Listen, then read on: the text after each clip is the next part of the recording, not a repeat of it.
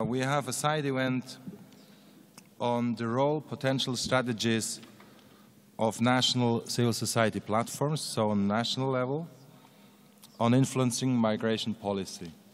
So why we're here, the intention of this roundtable is in that frame, we'd like to discuss and share experiences.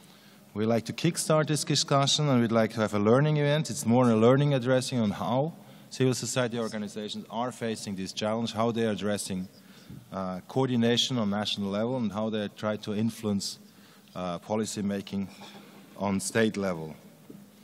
Colectivo Migraciones para las Américas is conformed by 133 networks and organizations throughout Mexico, the USA. As you may know, there is a big diaspora of Mexicans and a lot of Central American migrants in the United States, and also the Central American region. So we try to work as a network, but in a regional, from a regional perspective. We appear as this collective in 2013, and we call ourselves Colectivo PND Migración, it was named after the National Plan of Mexico, Development National Plan. Every 6 years, when we have a new president in Mexico, then the government does this national plan that drives all the policy in the country.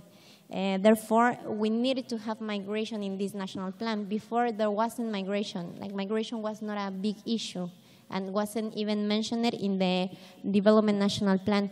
But because we organized ourselves, we were able to include migration at this level, in the main instrument that drives the lines of every policy that is taken and is driving our country.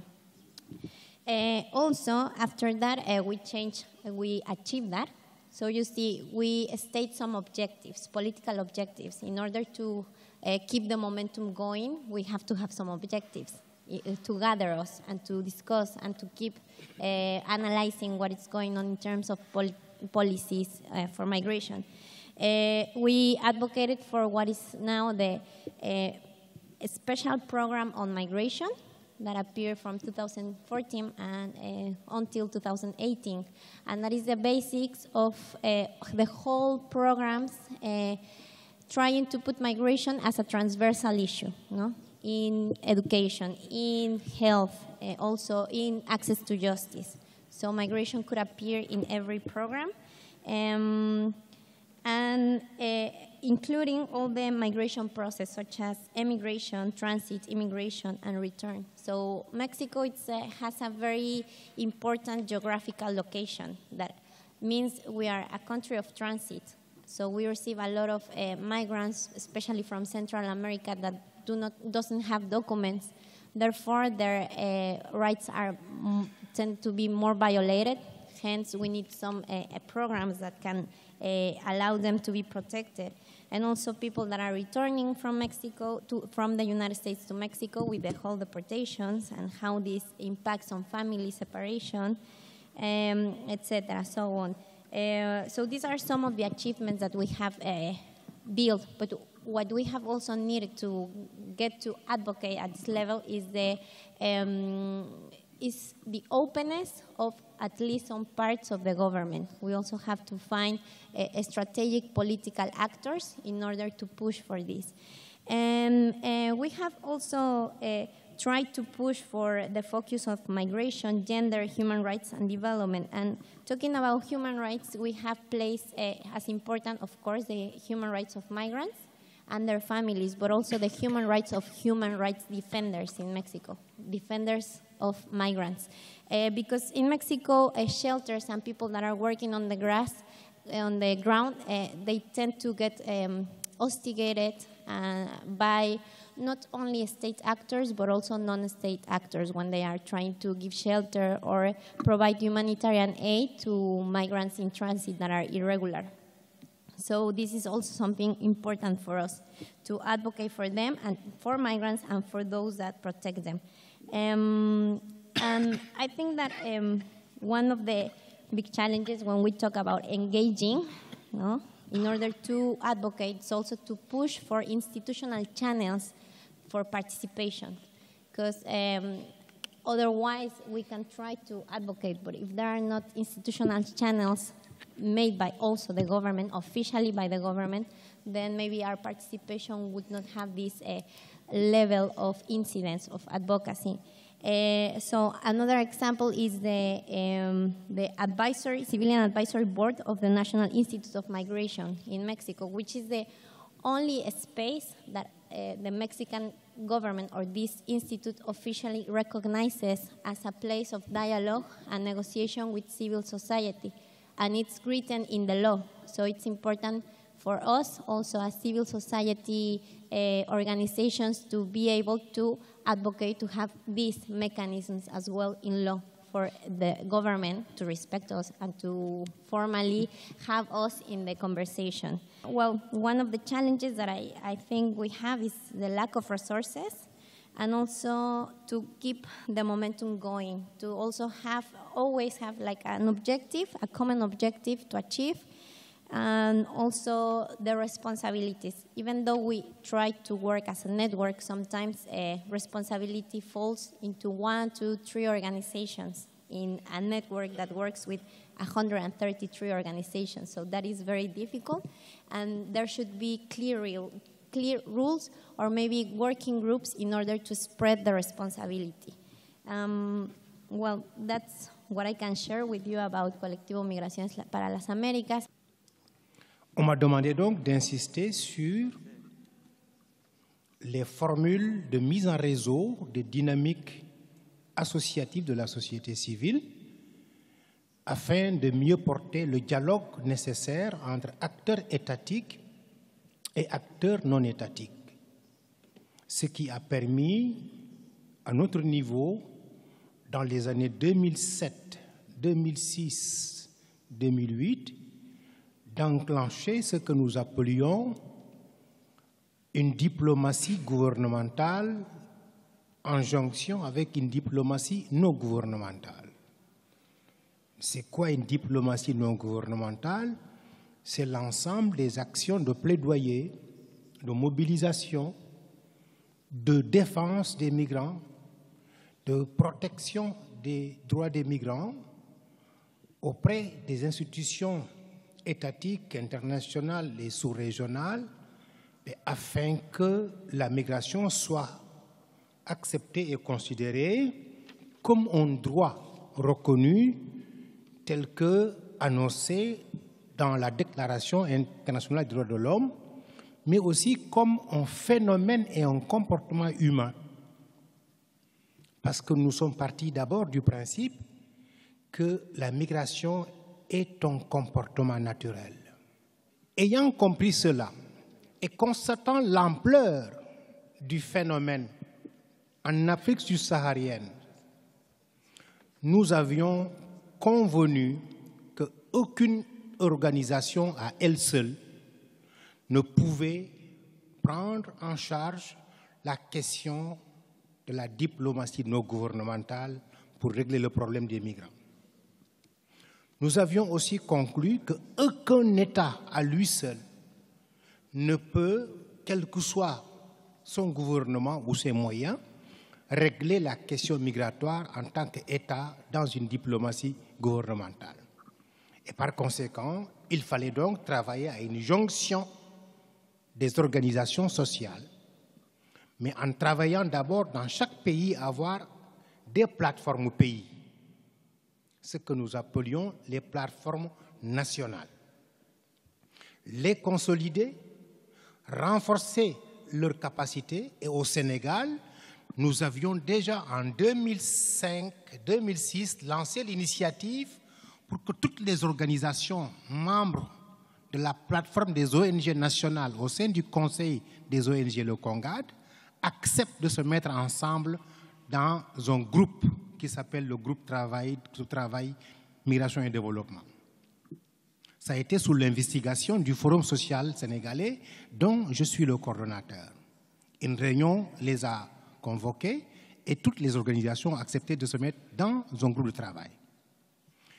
Ça a donc permis, 2 ans, 3 ans après, de constater que les actions des ONG étaient beaucoup plus coordonnées et plus efficaces.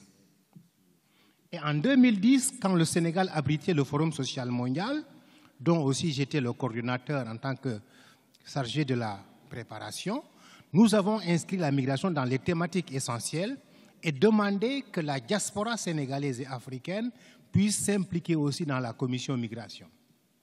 Ça a abouti à ce qu'on a appelé un réseau aujourd'hui qui s'appelle le REMIDEF, le réseau migration et développement, et qui travaille aujourd'hui dans différents projets et programmes comme le projet Lujna Tonkaranke, qui rassemble 8 pays africains et un pays européen, la France, à travers la CIMAD.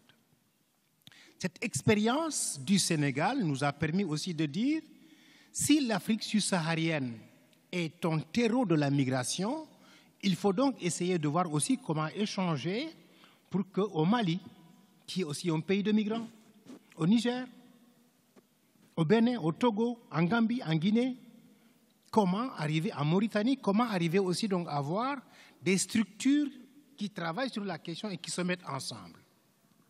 Et on nous avait chargé à l'époque de faire une sorte de mission sous-régionale pour aller rencontrer les collègues, les organisations du Mali, de la Mauritanie, de la Guinée-Bissau, de la Guinée-Conakry, du Niger, pour que celles-ci acceptent aussi de se mettre dans une plateforme au pays. La recommandation aussi forte du Forum social mondial de 2011 à Dakar avait dit qu'il faut que nous dépassions les clivages d'organisation pilote, il faut que nous nous mettions ensemble. Donc, voilà comment, à partir de 2011, nous avons expérimenté la mise en place de structures sous-régionales.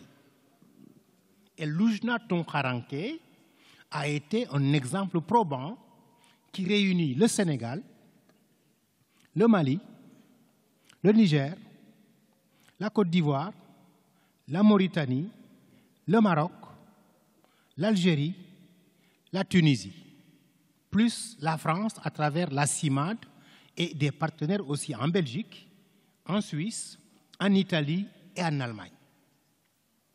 Et la première phase de ce projet qui a mis des structures en plateforme a permis aussi de comprendre que nous avons été beaucoup plus efficaces en étant ensemble. Alors, cet exemple aussi de programmes transfrontaliers et internationaux entre des pays de même continent et entre des pays de différents continents, nous l'avons vécu et actuellement nous sommes dans la seconde phase du projet Lujna Tonkaranke. Après cette réunion de Bangladesh, de Dhaka, est-il possible d'envisager en perspective de connecter davantage les organisations sociales, parce que c'est seulement en les connectant que le dialogue avec les États, avec les institutions internationales, peut donner des résultats probants. En les connectant aussi, ça permet d'éviter de voir un partenariat limité entre les pays du Nord et du Sud à une seule et unique organisation qui n'ait pas la capacité de tout régler.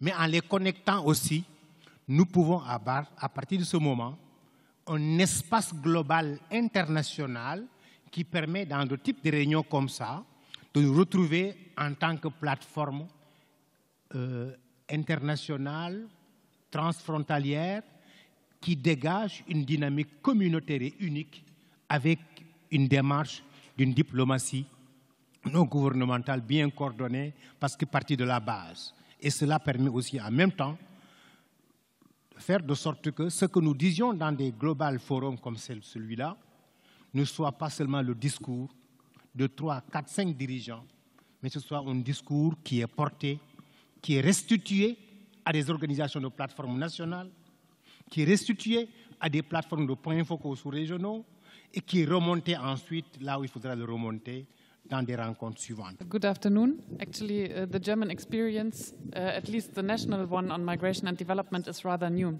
So when last year the German government announced that they will take the chair of the together with Morocco of the GFMD, Venro was pushed by some of its member organizations to also take up the debate on migration and development.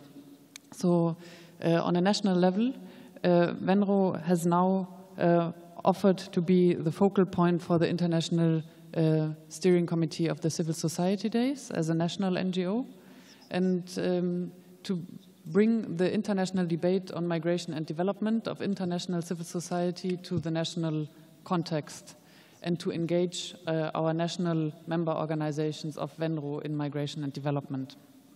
What I can share, just to take up from my colleague and previous speaker, is that, of course, we know that migration and development cannot be a national debate only. So within Venro, there has been a working group looking on migration a couple of years ago, and we've opened this working group again. And we are also active at the European level within Concord, which is representing all development NGOs of the European Union, like the NGO development organizations. And there we have been exchanging already with Made Afrique and with the Lujna Tunakare network. And I think it's very important to acknowledge that it cannot be a national debate only. Yeah, I already said that we try to intend to connect the international and the national discourses on migration and development, and actually to familiarize local civil society in Germany with the discourse that's taking place here, because it has not been rooted into the civil society discourse at the national level yet so very well. So we have to build capacity also among the migrants organization, among the development organizations, like among the broader civil society on what's happening here at the GFMD and why it is important for them to follow. So concretely what we will do, like when we have this Venro staff, is reach out to the member organizations, invite them for workshops, maybe have a website where we can share information. If we are successful, we try to come up with joint positions until June, but time is running fast, on migration and development. And I think it's also important to touch on other sectors like social NGOs, human rights NGOs, and of course we will also be in touch with the refugees activists in Germany. And last not least, I guess it's also important, and this is one thing that Venro has already good experience with, to get the media's attention for GFMD happening in Germany. mdplatform.ch is a relatively recent initiative. We started as a project in 2015. We're supported by the Swiss Development Agency.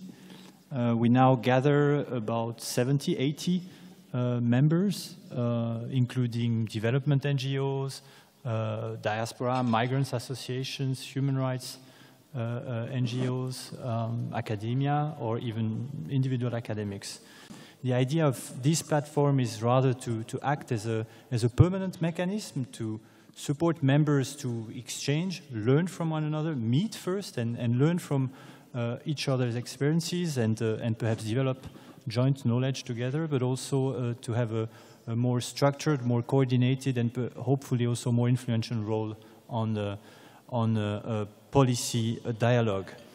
The modality for work, and I'll go back to that and I'll come back to that in a second, the main work is being done by the so-called thematic working groups, and we have 5 thematic working groups working at current. I won't enter into the details of these working groups, but so the project is relatively recent, a year and a half, but has already, I mean, the practice has already allowed to identify a couple of lessons learned, or to confirm a couple of opportunities and challenges. I'll try to mention 3 of them, and the 3 of them are specifically related to policy dialogue, I hope. A first challenge that relates to this platform, to this civil society platform, is what I would call heterogeneity of membership. I briefly mentioned it. We have a wide spectrum of members. It ranges from development NGOs, academics, a lot of very small migrants organizations. This means we have a huge heterogeneity in terms of resources, in terms of experiences, in terms of capacities. But I would say those actors, those organizations, they're also different in nature and in the way they work and see their work. Obviously, migrant association would function differently than an academic institution. So the idea behind the platform is to say, this diversity has a strength, and we can learn from it. Obviously, the challenge is how to change this diversity, how to use this diversity into a joint learning experience. So how to promote ownership, how to promote participation out of it. So the idea, obviously, that we are trying to implement right now is to develop activities, to develop a platform that is able to valorize the, we think, complementary activities, mandates of our members. And the modality for that are those specific thematic working groups, which we have now established. Those thematic working groups, I mean, the idea behind is not only to develop knowledge or to exchange knowledge, but also to develop capacities of perhaps members that have less experience on a specific topic.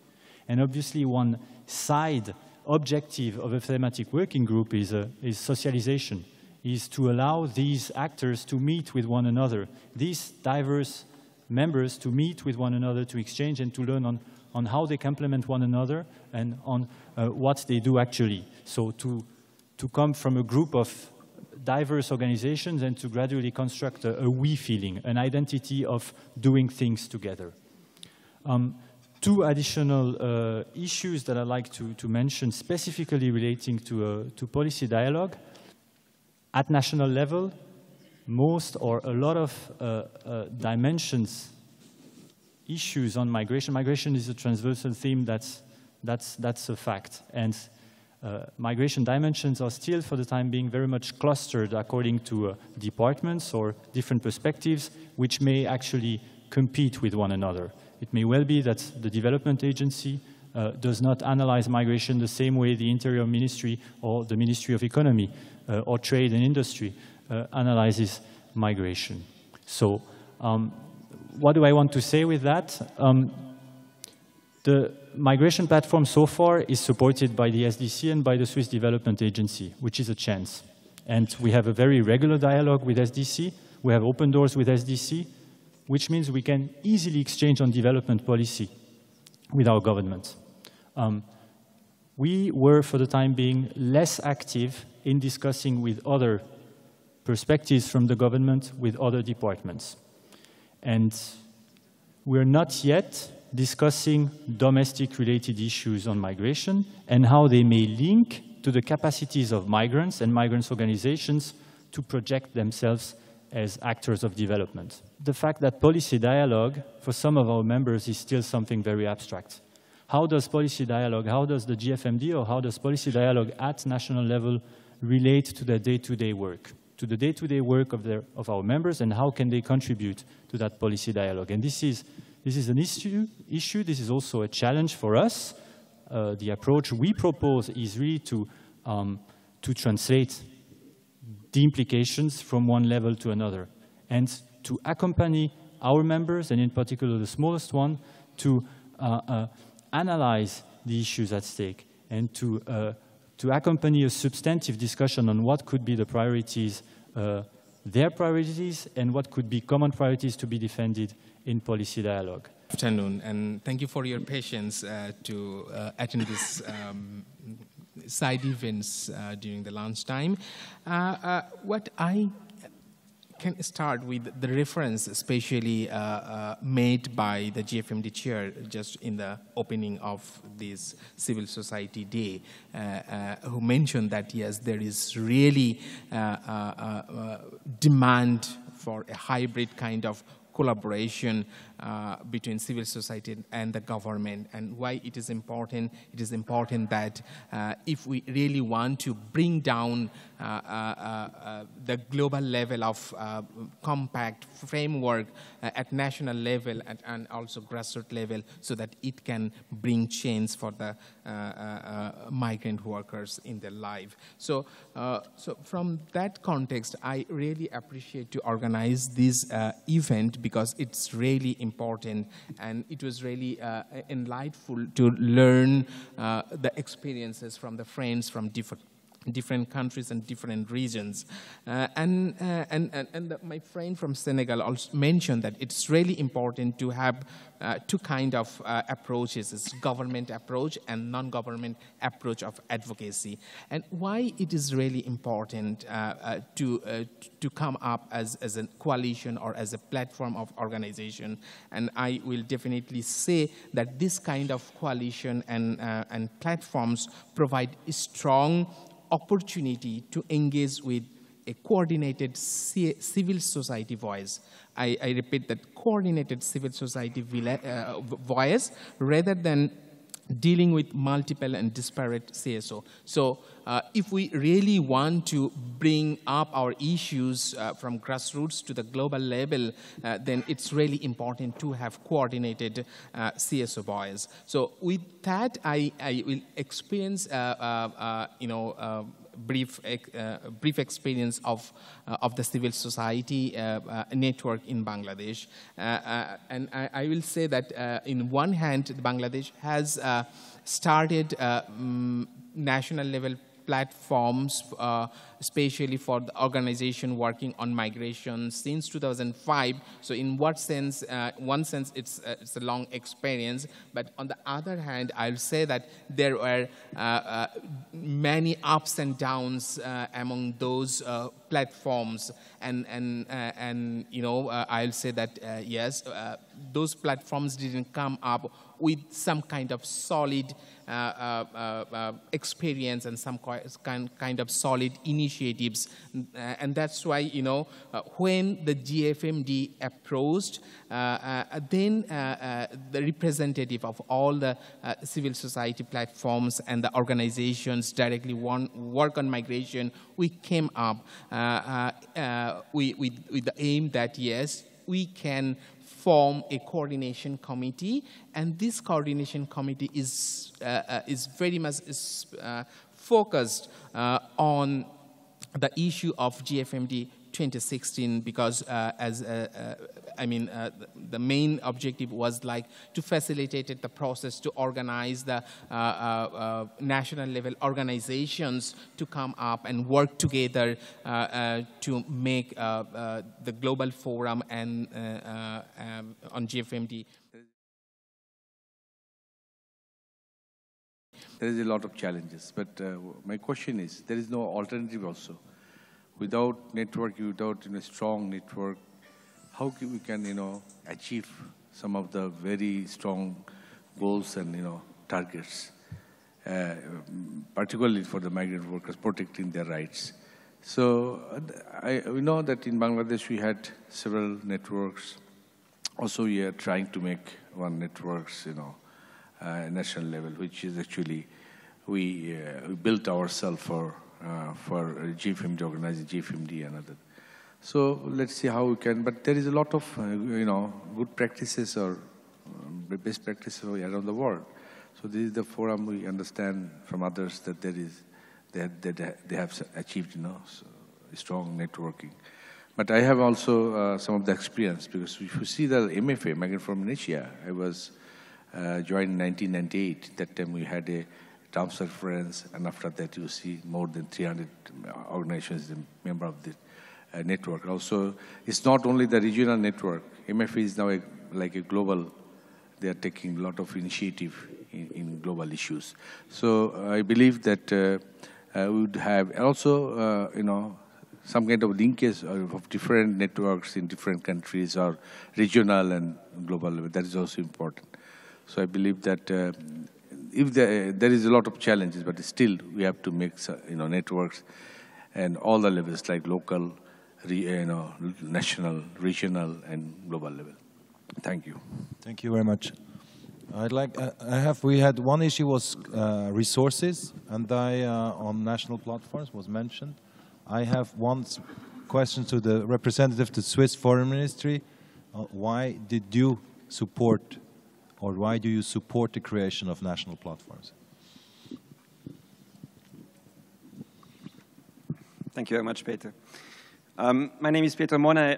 As Peter said, I represent the Swiss government, and hence also thank you very much for having given us, also the governments, the possibility to participate in the Civil Society Days. And I will say that many times because it's important to reflect on the fact that on the other side of the GFMD, we are not quite as far as on the Civil Society Days with regard to this cooperation between civil society and governments. And that's actually exactly why we have decided to put the resources forward for the creation of a Swiss national platform of civil society on migration development, because this continuation of the dialogue doesn't only happen within the GFMD.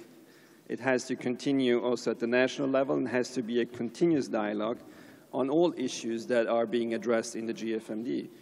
If we come to Dhaka and then to Berlin next year and so on, and we just meet once every year and nothing happens afterwards, I think there are tons of better ways to spend the money and the time than to organize these meetings.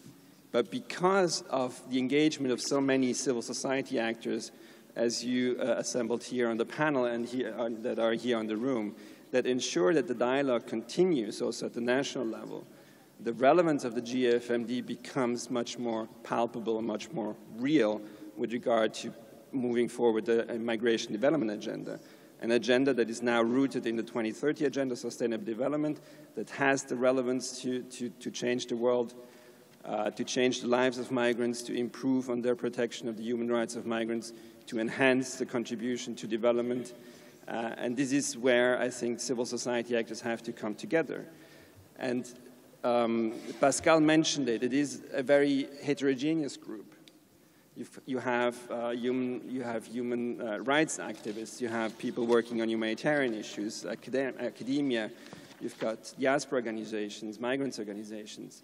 And creating a platform such as the one that you have built with our funding, but it is really sort of your work, is, in our view, essential to also allow a much more coherent discussion at the national level on a very broad issue of migration development.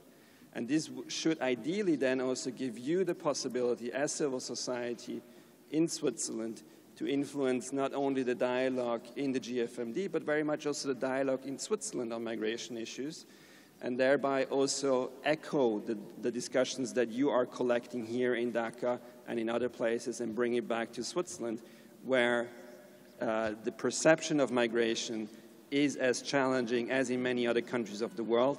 So it is, for me, extremely interesting to have seen how much other platforms exist in other countries, because this discussion has to continue, and it has to continue at all levels, and hence the importance also to support national platforms. Thanks. Okay, so maybe first thing I want to share, we have the tripartism is applied in the case of migrant CSOs and trade unions. So this is a formal structure for dialogue with government. Well, the employers are represented by the recruiters and civil society and trade unions. So whenever there are big issues that impact on the migrants, this is the platform that we go to.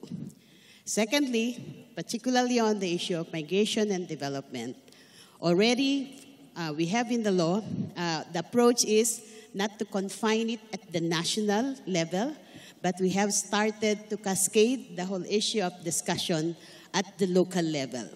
This is easy in a way to do because we already have in our law mandate for the local government units to respond to the issue of migration. Secondly, there is also official recognition of the role of civil society. But what facilitates the process is the fact that there is a joint migration and development Philippine program in the Philippines. So while we already have all these stakeholders ready to take on the issue, somehow it enhances the presence of JMDI, enhances the process. And of course, I'm happy to also report that in September of this year, Quezon City, it's a city local government, hosted the 3rd Mayoral Forum on migration and mobility and human rights, and I think it adds up to the whole agenda of ensuring that migration and development is really done not only usually at the talking level at the national, but concretely at the local level. And of course, as listening to Mr. Pascal, the whole issue of compartmentalization, which is a very real issue, one mechanism to address that is this social development cluster, where all these agencies of government involved on migration is into it, and the focus of the issue is how migration relates to development. And of course, I think it is also crucial that the National Economic Development Authority, which is mandated to do the development plan, is very much integrated into this whole process, including this whole program of the SDGs, so that we have a holistic view of what's really happening and how the different stakeholders can do their role. Thank you. My name is Emeka Obiozi from the Civil Society Network on Migration, Nigeria. Mine is also not directly a question, but responding to your expectation of this conference. What do we put forward to the organizers in terms of the continuation of this platform for next events? First, I would suggest that it is necessary that in subsequent meetings, GFMD or global network, as Shakiru has said, that we create this network or this platform where national platforms meet to share experiences, best practices, and what could be done in going forward. Then sharing experience also on sustenance of networks on global or national levels. I think something each network has to be conscious of is to avoid the tendency of the network taking up the primary task or goals of individual groups. Because when we do this, we lose the identity of members who will now feel threatened by becoming part of that organization. And then I know also people have raised the issue of financing and sustaining the life of such networks by funding. And this is necessary that we put forward. I think governments are very open to collaborating with networks for various reasons. One is that it ensures coherence among civil society, and also they have an access, easy accessibility to the whole network of civil society if we have a very functioning network. Thank you. Thank you. I'd like to thank very much the panelists of this side event for their participation and sharing their experience. I hope we're going to submit this to the International Steering Committee that we'd like to continue dialogue on national platforms. Thank you very much, everybody, for your participation. Thank you.